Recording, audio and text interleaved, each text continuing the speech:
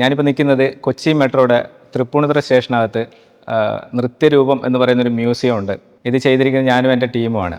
ആകൃതി art circle എന്നാണ് ഞങ്ങളുടെ ഈ കമ്പനിയുടെ പേര്.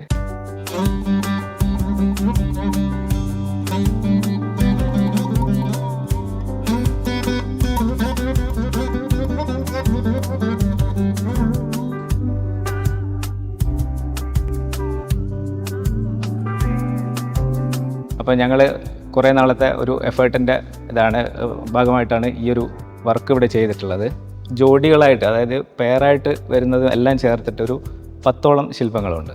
KMRLൻ്റെ ഭാഗത്ത് തന്നെ ഉള്ളൊരു ചോയ്സായിരുന്നു. ചോയ്സ് മീൻസ് അവരാണ് ഇതിൻ്റെ ഐഡിയാസ് അല്ലെങ്കിൽ ഇതിൻ്റെ തീമിങ് കാര്യങ്ങളെല്ലാം അവരാണ് ഡിസൈഡ് ചെയ്തത്. അതിനകത്ത് ലീഡ് ചെയ്തിരിക്കുന്ന കുറേ പേരുണ്ട്. അശ്വതി, അരുൺ എന്നൊക്കെ പറഞ്ഞിട്ട് കുറേ പേരുണ്ടായിരുന്നു. പിന്നെ വേറെ സാറൊക്കെയാണ് അതിൻ്റെ കാര്യങ്ങളൊക്കെ ആദ്യം സംസാരിച്ചിരുന്നത്.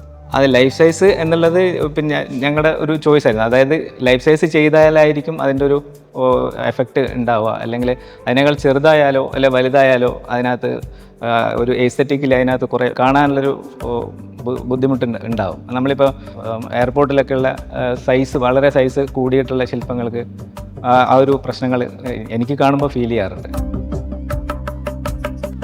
കുറേ പിന്നെ ഇതിനകത്ത് റിസർച്ച് നടത്തേണ്ടി വന്നിട്ടുണ്ട്. കഥകളിയുടെ കാര്യങ്ങൾ തന്നെ പറയുകയാണെങ്കിൽ ഇതിനകത്ത് ഞങ്ങൾ ഡയറക്റ്റ് കലാമണ്ഡലത്തിൽ തന്നെ പ്രാക്ടീസ് ചെയ്യുന്നതും അധ്യാപകരും സ്റ്റുഡൻസും ഒക്കെ ആയിട്ട് കുറേ സംസാരിച്ചിട്ടുണ്ട്. അപ്പോൾ ഇതിനകത്തുള്ള പല മുദ്രകളെ പറ്റിയൊക്കെ ഞങ്ങൾ അന്നേരമാണ് പഠിക്കുന്നത്. അതിൻ്റെ കാലുകളിൽ വരുന്നത്, ഒരിക്കലും കഥകളി മേൽവേഷമോ അല്ലെങ്കിൽ ഫീമെയിൽ വേഷമോ ചെയ്യുമ്പോൾ അതിൻ്റെ മേൽവേഷം ചെയ്യുന്ന അല്ലെങ്കിൽ കൃഷ്ണൻ അല്ലെങ്കിൽ അങ്ങനെയുള്ള വേഷങ്ങൾ ചെയ്യുമ്പോൾ ഉണ്ടാകുന്ന ഓരോ മുദ്രകൾ, കാലിൻ്റെ എങ്ങനെയാണ് വെക്കുന്നത്, ഓരോ പിന്നെ പാദങ്ങൾ എങ്ങനെയാണ് വരുന്നത്, അതിനകത്തൊക്കെ അവർ പറയുന്ന സമയത്താണ് ഞങ്ങൾക്ക് ഇതിൻ്റെ അതൊക്കെ ഡീറ്റെയിൽ ആയിട്ട്. അപ്പോൾ കഥകളി അറിയുന്ന ഒരാൾ വന്നു കഴിഞ്ഞാൽ കുറ്റം പറയാൻ പറ്റാത്ത രീതിയിലുള്ളൊരു എല്ലാ കാര്യങ്ങളും ഞങ്ങൾ ശ്രദ്ധിച്ചിട്ടുണ്ട്. തെയ്യത്തിൻ്റെ കാര്യം പറയാനാണെങ്കിൽ തെയ്യത്തിനകത്ത് ഞങ്ങൾക്ക് നല്ലോണം എഫേർട്ട് എടുക്കേണ്ടി വന്നിട്ടുണ്ട്. എന്നുവെച്ചാൽ തെയ്യത്തിൻ്റെ ഈ ഓർണമെൻറ്റ്സ് കാര്യങ്ങളെല്ലാം നമ്മളിപ്പോൾ തെയ്യം കലാകാരന്മാരെ സമീപിക്കുമ്പോൾ അവർക്ക് കൂടുതലും ഇതിനകത്ത് വെളിപ്പെടുത്താൻ അല്ലെങ്കിൽ നമ്മളുമായിട്ട് സഹകരിക്കാൻ പല സ്ഥലത്തും ഇതിൻ്റെ ഓരോ ഓർണമെൻറ്റ്സിനും വേണ്ടിയിട്ട് പല ആൾക്കാരെയും വിട്ടിട്ടും ഒക്കെ നമ്മൾ നോക്കിയിട്ടുണ്ട്. അതിൻ്റെ ചിലമ്പ് കാര്യങ്ങൾ എല്ലാം ആണെങ്കിലും എല്ലാം ഒറിജിനൽ ഇത് തന്നെയാണ് വെച്ചിരിക്കുന്നത്. ഓട്ടംതുള്ളലിൻ്റെയും നമുക്ക് ഈ വെല്ലുവിളികൾ ഇത് തന്നെയാണ്. ഓർണമെൻറ്റ്സ്, അതേപോലെ ഈ ഒരു ക്ലോത്തിലുള്ള ഇതെല്ലാം ഒറിജിനലി ക്ലോത്ത് വെച്ചിട്ട് തന്നെ അവർ ഓരോ പിന്നെ കളി തുടങ്ങുന്നതിന് മുമ്പേ ചെയ്തു വരുന്നൊരു കാര്യങ്ങളാണ്.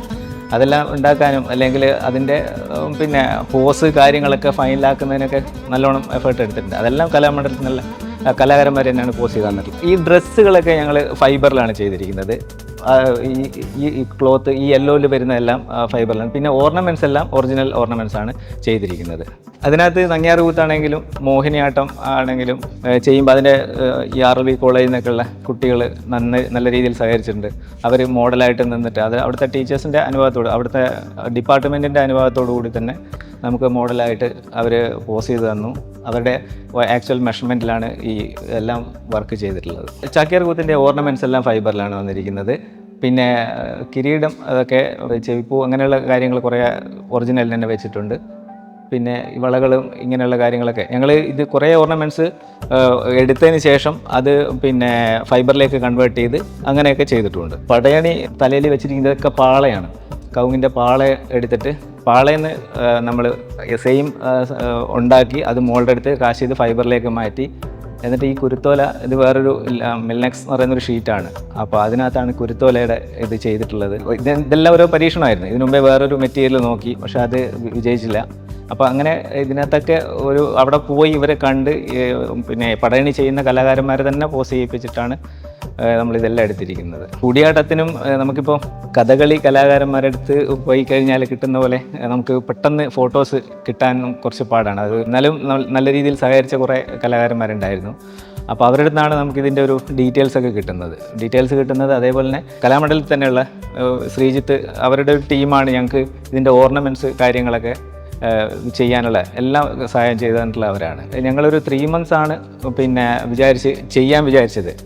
പക്ഷേ 3 monthsനുള്ളിൽ എന്ന് പറഞ്ഞാൽ ഞങ്ങൾക്ക് അതിനിടയ്ക്ക് കുറേ കോംപ്ലിക്കേഷൻസ്, ഇവിടെയാണെങ്കിലോ ലൊക്കേഷനിലാണെങ്കിലും ഞങ്ങൾക്ക് ഇവിടെ കൊണ്ടുവച്ചിട്ട് വർക്ക് ചെയ്യാൻ പറ്റിയ ഒരവസ്ഥയില്ലായിരുന്നു.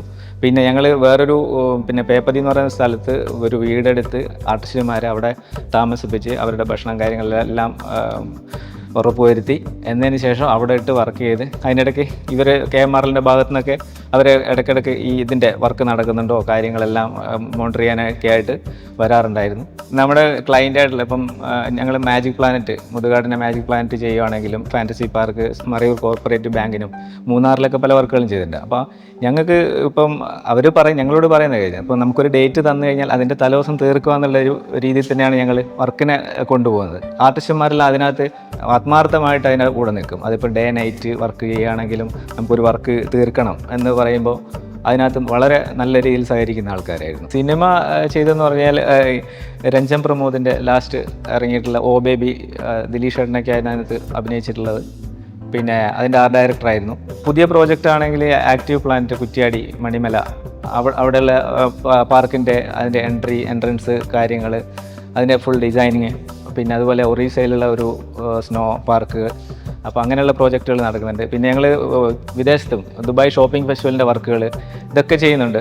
ഒരു 8-9 വർഷത്തോളം ഞങ്ങൾ ദുബായ് ഷോപ്പിംഗ് ഫെസ്റ്റിവലിന് ഇന്ത്യ, ചൈന, പാകിസ്ഥാൻ, അതേപോലെ USA അങ്ങനെ പല പവലിയൻസിൻ്റെ, തായ്ലൻഡ് അങ്ങനെയുള്ള പവലിയൻസിൻ്റെ വർക്കുകൾ ചെയ്തിട്ടുണ്ട്.